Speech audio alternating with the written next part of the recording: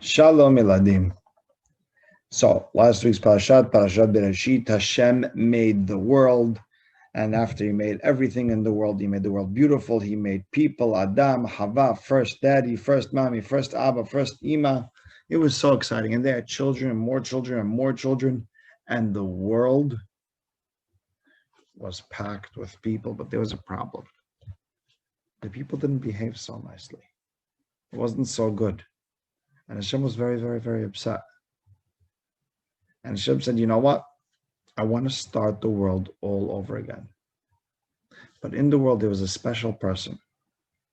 He was such a good person. He did a lot of mitzvot. He cared for a lot of people. He acted so good. When everyone was acting mean, he was acting good. His name was Noah. Noah, big tzaddik. Tzaddik is a good person. We're going to learn a lot about tzaddikim. Such a good-hearted person. He had 3 boys, Shem, Ham, and Yefet. Shem, Ham, and Yefet, they were together with Noah. They were really, really good people. They were tzaddikim, tzaddik. And Hashem said to Noah, I need a favor from you. I'm going to make a big flood. I'm going to wash the entire world away. I want to start all over again with you and your 3 sons, Shem, Ham, and Yefet.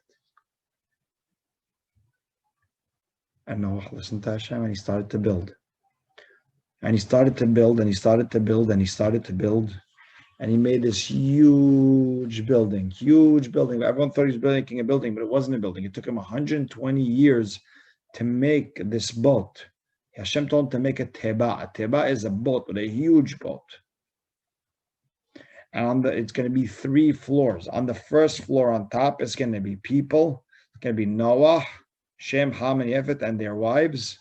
Noah's wife, Shem's wife, Ham's wife, Yefet's wife. And the middle is going to be animals. On the bottom is going to be garbage.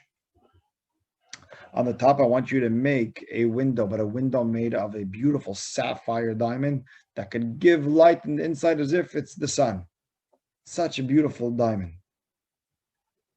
And Noah started building, and he built, and he built, and he built, and he built, and people were making fun of him. Noah, what are you building?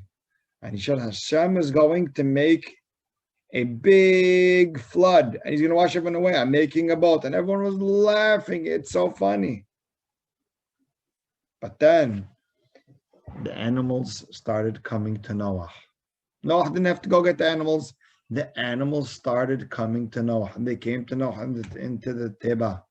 And as the animals were coming, they were coming 7 boys and 7 girls. From the kosher animals, 7 boys, 7 girls. From the not kosher animals, they were coming 2 boys and 2 girls. Again, from the kosher animals, if it chews its cud, if it has split hooves, we're going to learn about it later this year. It's 7 boys, 7 girls, 7 by 7. And from the not kosher animals, 2 boys, 2 girls. And as the animals were coming in, people were watching Noah and they were making fun of him. It's so sunny outside. Noah, what on earth are you doing? And Noah said, Hashem is going to make a flood. And they were laughing. Finally, when the last animal came in, Noah shut the door and it started to rain. And it rained, and it rained, and it rained, and it rained, and it rained, and it rained. For 40 days and 40 nights. It rained, and rained, and rained. The rain was so high. It took the boat all the way up to the sky, higher than the highest mountain. It was like 15 amot, bigger than the highest mountain. And then it stopped raining. And the boat, the Teba, was floating from one place to the other until it rested on top of a big mountain called Ararat. And it just stayed there for a whole year. After it rained and rained and rained for 40 days, 40 nights, the whole world was washed away. Noah was on top of a mountain with his family all alone.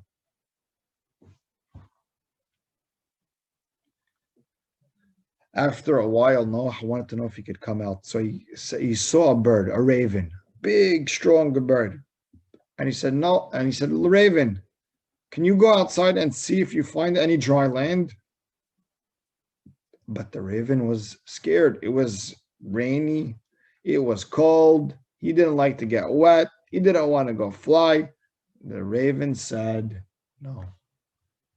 But then Noah found a white bird. It's called a dove. Let's say it together. A dove. In Hebrew, it's called a Yonah. Let's say it together. Yonah. And the Yonah flew and flew and flew. And the first time it flew, it came back to Noah. There's nothing. There's no dry land. Noah waited a week. And the dove, and then sent the dove, the Yonah again. And the Yonah flew and flew and flew and flew and flew and flew and flew and flew and flew and flew and flew and flew. And this time it came back with a leaf from an olive branch. A leaf from an olive branch. That means the water was getting lower and lower. It's not by the mountains anymore. It is now by the trees. Noah waited a week and sent the Yonah, the dove, again. And it flew and flew and flew, and it didn't come back. It didn't come back. That means that the dove found dry land. So Noah came out with his whole family, with Shem, with Ham, with Yefet. It was beautiful. And when they came out, they saw something they never ever saw before in the sky. What do you think they saw? That's right, they saw a rainbow.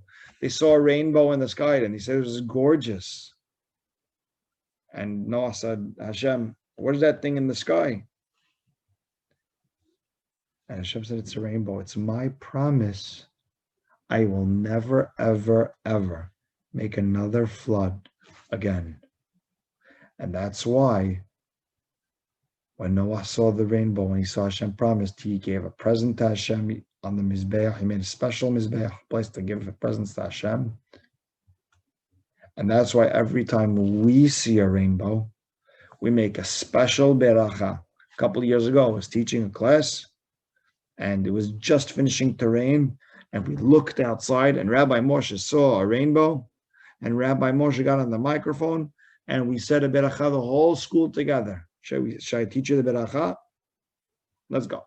Baruch Ata Adonai Eloheinu Melech HaOlam Zocher HaBerit Ve'ne'eman Bibrito Ve'kayam B'ma'amaro. And that's why every time we see a rainbow, we say, Hashem, thank you for no more flood. Hashem, thank you for keeping your promise of no more flood.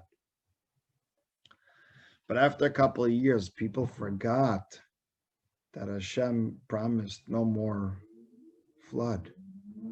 And they got together and they started to make a huge building all the way up the sky. And they said, let's get together and fight with Hashem. We're going to fight with Hashem. Now, let's stop a second. Between me and you, can you fight with Hashem? No, of course not. Hashem is truly everywhere. Hashem is so great. You can't fight with Hashem. But the people said, we're going to go up to the sky and fight with Hashem. This way, no more flood. But they forgot. Hashem said no more flood. He promised rainbow. They forgot about the rainbow. And Hashem came down and he saw that they were working nicely together. They were fighting with Hashem, but they were nice to each other.